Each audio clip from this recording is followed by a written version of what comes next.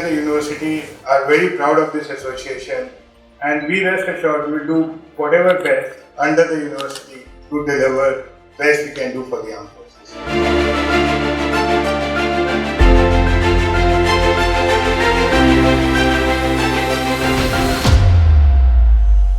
When our own people are capable, they are making outside, the country is then sending the same product made by our people abroad, and the forex, that country earns a huge amount of profits. So why not our brains make things for us and then only we sell it out?